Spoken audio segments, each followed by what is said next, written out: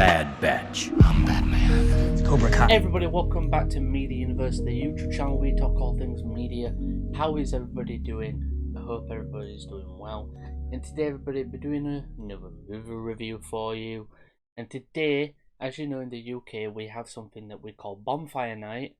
This is kind of like a special thing for that night. Basically we have Bonfire Night, which is on November 5th every year. On November 5th, we are kind of like not celebrating with fireworks and food and stuff like that. Basically, to remember a man who tried to blow up our parliament. That's basically what we do it for. Sometimes there are people who go out and they build like a little Guy Fawkes thing, and it says penny for the guy. Some people then would throw that thing onto a fire. But today, I am going to basically talk about a movie that, to me, is very relevant in the times that we're in right now, in the UK especially. So today I'll be reviewing V for Vendetta. This movie is actually based on a comic book of the same name. This film was released in the USA on the 17th of March 2006 and was released in the UK 17th of March 2006. Directed by James McTeigue. James McTeigue. Directors worked on The Raven from 2012. IMDb gave this film an 8.2. Let's get into a review and see what I think about V for Vendetta. First two characters that we meet are our main duo of the movie, Evie, played by Natalie Portman. Then we meet V, played by Hugo Weaving. The next character we meet is Adam Sutler, played by John Hurt. May he rest in peace. After this, we meet Creedy, played by Tim Pigott-Smith. These two police officers, Dominic, played by Rupert Graves, along with him, Finch, played by Stephen Rea. Last character we meet is TV show host Deirdre, played by Stephen Fry. The plot that IMDb gave for this movie is in a future British dystopian society, a shadowy freedom fighter, known only by the alias of V, plots to overthrow the tyrannical government with the help of a young woman.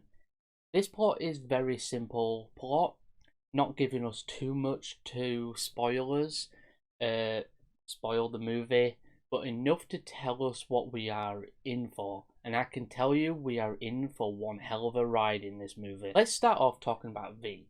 He is a very special kind of character. We know nothing about him, who he is. All we know is that he was a survivor of a government experiment where he got out with full body burns.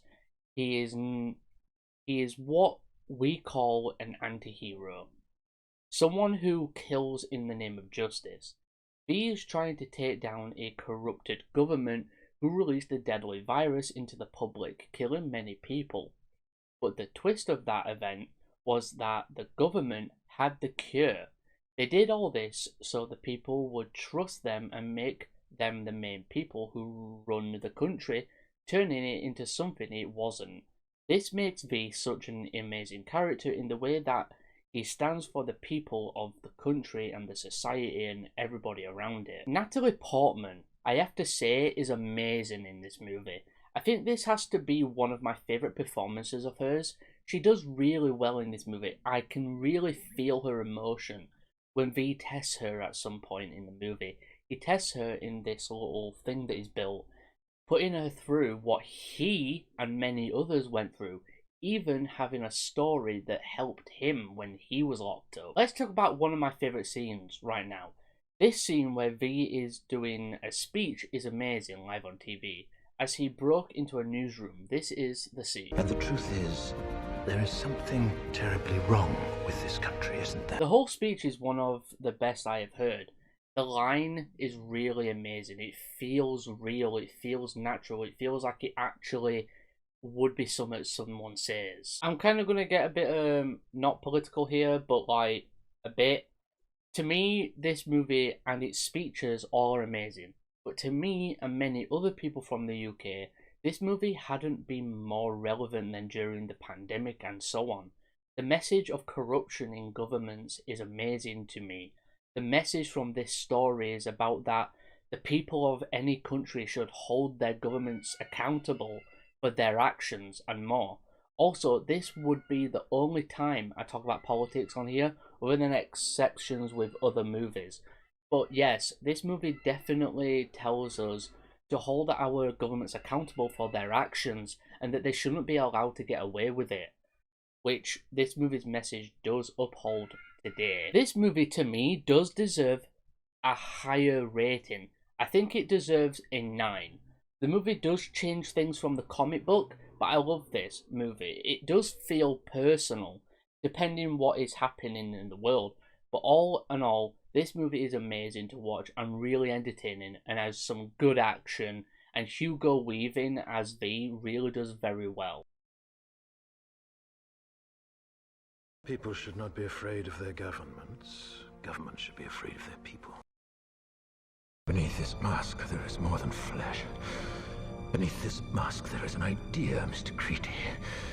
And ideas are bulletproof. So yeah, everybody, I hope you enjoyed today's video on Media Universe. I've been your host, Slasher.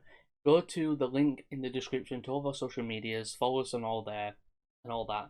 Also, go check out my horror-based YouTube channel, Slasher Media, where I talk all things horror.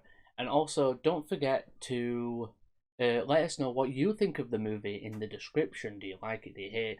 What do you think of the message that the movie gives? What do you think of V and his ideology and stuff like that? But yeah, other than that, hope you guys did enjoy. And remember, keep on watching All Things Media, and we'll see you media fans later. Bye for now. Forget 1,000 things every day, pal. Make sure this is one of them. It's over, Anakin!